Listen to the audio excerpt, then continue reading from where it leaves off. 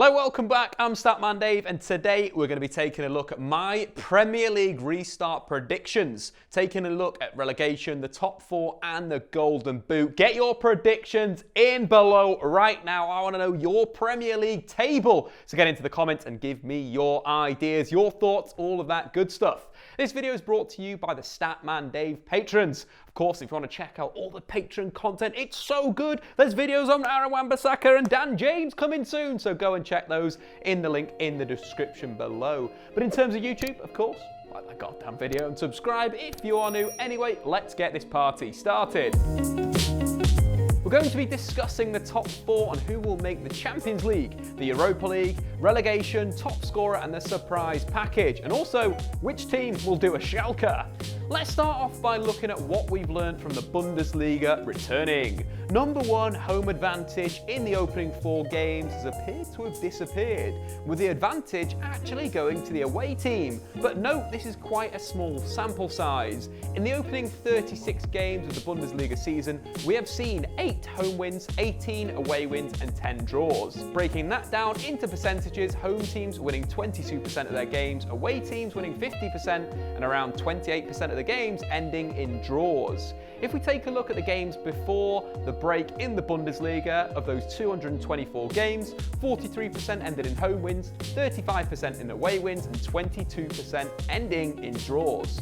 So from that data, we can see that there was an advantage from playing at home, whereas after the break, the away team has the advantage. This could be down to a number of factors, but the one that really jumps out is a lack of home crowd. This would both inspire the home team, but also intimidate the away team. However, remember, this is a small sample size. Number two, teams that have dominated the ball have struggled to play effectively in between the lines, with a lot of poor touches and passing in those areas. And finally, number three, crossing and counter-pressing. If we look at the top two sides in the Bundesliga since its return, Bayern Munich and Hertha Berlin, they've used both of those two things to great effect. Of the 24 goals the two sides have scored, 15 have come from crosses, from open play and corners. Defensively, Hertha and Bayern have conceded just 2 goals each, both having a really effective counter-press, which has made them so defensively sound. High energy, stopping their opponents. Bayern have also been a threat in the opposition's final third when they've lost the ball, scoring 4 goals from recovering the ball high and attacking. Of course, Kimmich's chip against Borussia Dortmund highlights this high-pressing, high-octane style, which will work when teams haven't had a proper pre-season. Get in their face, engage them early. So from these learnings, let's move on to the Premier League, starting with the big one, relegation. We're going to take a data-first approach and have a look at Instat's expected points model derived from their expected goals for and against. So taking a look at that table, the bottom 4 teams in the Premier League are Norwich, Bournemouth, Villa and Newcastle. We're going to ignore Newcastle and talk about those guys a little bit later on. But looking at the actual table, Brighton, West Ham and Watford are also in danger of the drop. First up, I think Brighton will be absolutely fine. In a way, they've been unlucky this season. Brighton have drawn more Premier League games than any other team in the bottom half of the league. And in 8 of Brighton's 11 draws, they've outperformed the opposition in terms of XG. Even if they just won 2 of those 8 games, Brighton would be out of danger. Graham Potter deserves a lot of credit for Brighton's style of football, with a focus on tactical flexibility and playing out from the back. With a bit of luck and slightly more clinical finishing, the Seagulls will be out of danger. Secondly, Watford. They'll be absolutely fine with Nigel Pearson at the helm. Since the former Leicester City manager took charge, Watford have picked up 19 points in 14 games, including wins against Man United and Liverpool. Whilst in the first 15 games of the season, they only managed to pick up 8 points. Nigel Pearson has brought a real feel-good factor back to the Hornets. And in Ismail Sarr, they've got future star of the Premier League. Sarr, of course, starred in the 3-0 win against Liverpool, scoring twice and grabbing an assist. I think with Sarr, Watford will simply find safety. Now onto the teams that are very much in danger of the drop. The data suggests that Bournemouth, Villa and Norwich are the sides that are going to go down in terms of expected points. Looking into the performances of Villa and Norwich before the break, I kind of agree with the data. Both sides are far too open defensively and have struggled against the quality of Premier League forwards. And both teams are over-reliant on one player in attack for their spark, in Jack Grealish and Bundia. So I'm putting those two guys 19th and 20th in the Premier League. Now on to the dreaded 18th position, West Ham or Bournemouth. The data suggests Bournemouth. West Ham, though, are the classic. They are too good to go downside and have been woeful at the back, having the second worst XG against in the league, consistently conceding a lot of high-quality chances. Looking at the fixtures, both teams have to play Wolves, Tottenham and Manchester United. West Ham have to play Chelsea, whilst Bournemouth have to play Leicester City and Manchester City. For me, this will be decided in the first 3 games back and then the last 2 games of the season. West Ham have got a really tough start, whereas Bournemouth have 2 winnable games, with Newcastle and Palace already being safe and maybe not as motivated as they should be. Then it falls on the last 2 games of the season, again advantage Bournemouth. West Ham have got to play Manchester United, who still may need to win a game to make the top 4, and if Villa are still in the mix, that is a potential relegation playoff for Dean Smith's men. Bournemouth again have teams that are already maybe on their holidays in Southampton and Everton. When they go to play those reverse fixtures, Eddie Howe's men were on top, winning both games 3-1. So for me, it's relegation for West Ham and David Moyes. Get into the comments below, who do you think will join Aston Villa and Norwich getting relegated? Now moving on to happier predictions, it's time for the top scorer in the league. Before the restart, Jamie Vardy leads the race for the Golden Boot with 19 goals, closely followed by Aubameyang on 17, Salah and Aguero on 16, and Danny Ings, yes, Super Danny Ings had a wonderful season on 15 goals. Let's start with the favourites for me. Vardy, Aubameyang, Salah and Aguero. First up, Vardy. There's still some chance conversion regression left with the England centre-forward. He started this season so hot. At one point, he was converting 40% of his chances.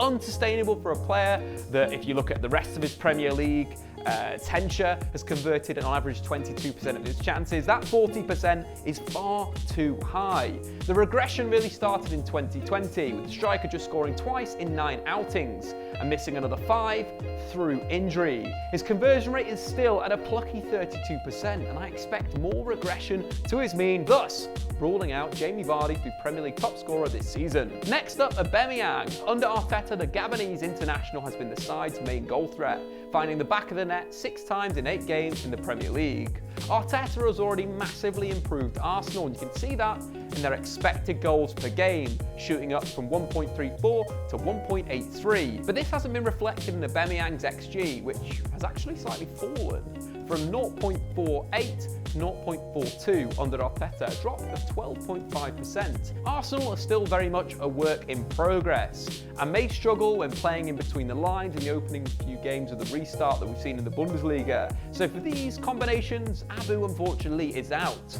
Before we talk about Aguero and Salah, let's discuss who's going to win the league, Liverpool or Man City. Of course, it'd take a minor miracle for City to turn it around. Guardiola's side have been a level below Klopp's men this season. In terms of style, from our learnings from the Bundesliga, Liverpool will dominate and City could actually struggle in the first few games. First up, Liverpool. There's a lot of similarities between Flick's Bayern and Klopp's Red Men in terms of crossing and counter-pressing.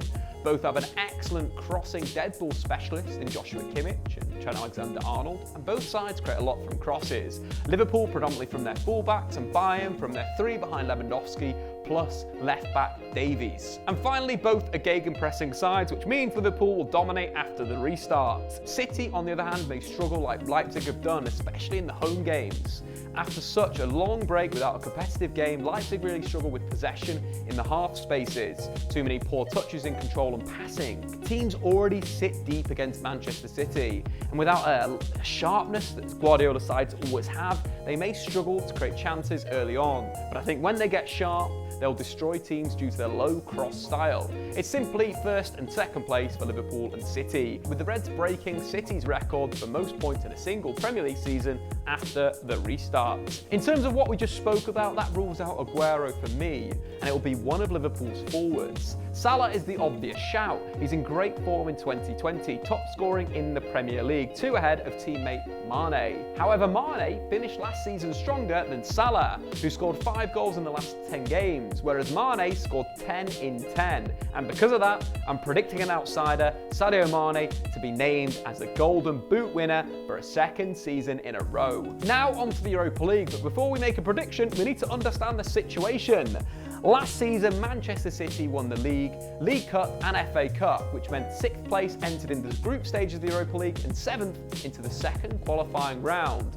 Whilst this season, City have already won the League Cup and look nailed on to finish in the top 4. So if any side win the FA Cup and finish in the top 4, 7th place will once again be a Europa League spot. And if Sheffield United win the FA Cup, they'll go straight into the tournament. But in terms of positions, 6th and 7th will be Wolves and Sheffield United. Chris Wilder should be Manager of the Year, and Nuno Espirito Santo should not be far behind. Both have employed three at the back to great effect. Wilder with his overlapping centre-backs and Nuno tinkering between 3-4-3 and 3-5-2. Credit to both of those guys. To Wilder for his use of an innovative tactic in the Premier League, and Nuno for being the man to facilitate Adama Traore's transformation into the best out-and-out winger in the competition. But I do think the Champions League will be a little bit too far for both sides as this stands. So before we answer the question that we're all waiting for, can Manchester United pit Leicester City or Chelsea for the Champions League? Who is going to be the Schalke in the Premier League?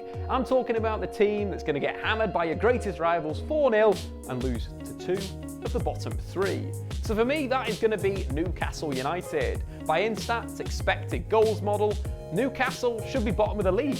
Based on the quality of shots they've been conceding and they've been taking, they should have racked up around 16 points. And as you can imagine, in the long term, that isn't good. Newcastle have been insanely lucky to be 13th in the league and have 19 more points than Instats expected points model. Eventually, that luck is going to run out. So that's going to see them struggle when the season restarts. And now on to the juicy part of the video. The champions! Leicester City, Chelsea and Manchester United are going for 2 spots. This is going to be such a hard call. Leicester City have only won 3 of their 9 games in 2020. We mentioned Vardy before and his regression to his mean chance conversion, and Leicester have struggled without his goals. Harvey Barnes has been their shining light in 2020 with 5 goals and an assist. But if their form doesn't drastically change, which Schalke have shown doesn't reset after the break, they'll be dropping out. Chelsea, on the other hand, have also won just 3 games out of 9 this year, and they've got the hardest run-in, facing Wolves, Sheffield United, Man City and Liverpool away.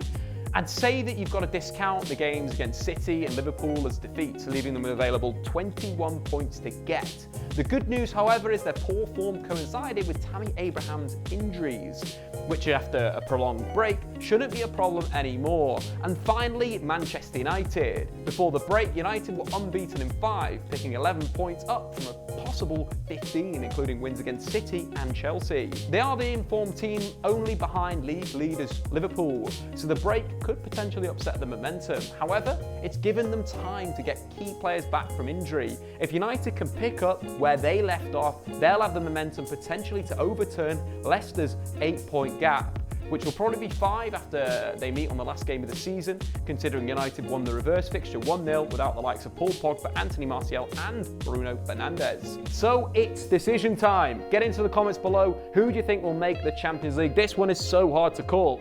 I'm going to go with Chelsea, 3rd in the league, United 4th, and Leicester City to drop out. I just think Leicester were in such poor form going into the break and were so reliant on Jamie Vardy for goals. And the rest of the squad is quite thin, which could be felt by the loss of Ricardo Pereira at right back, out with an ACL injury. And with just 11 players to have played over 1,000 minutes so far in the Premier League, is their squad good enough for 9 games in a month?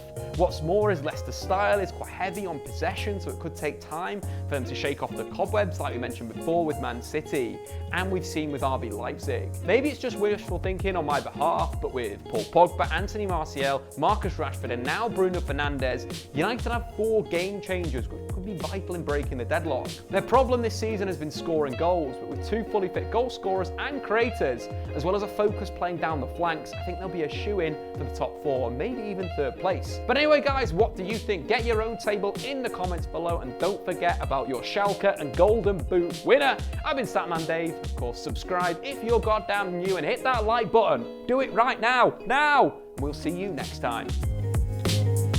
Thanks for watching. If you've enjoyed this video, why not check out some more content on the Statman Dave YouTube channel.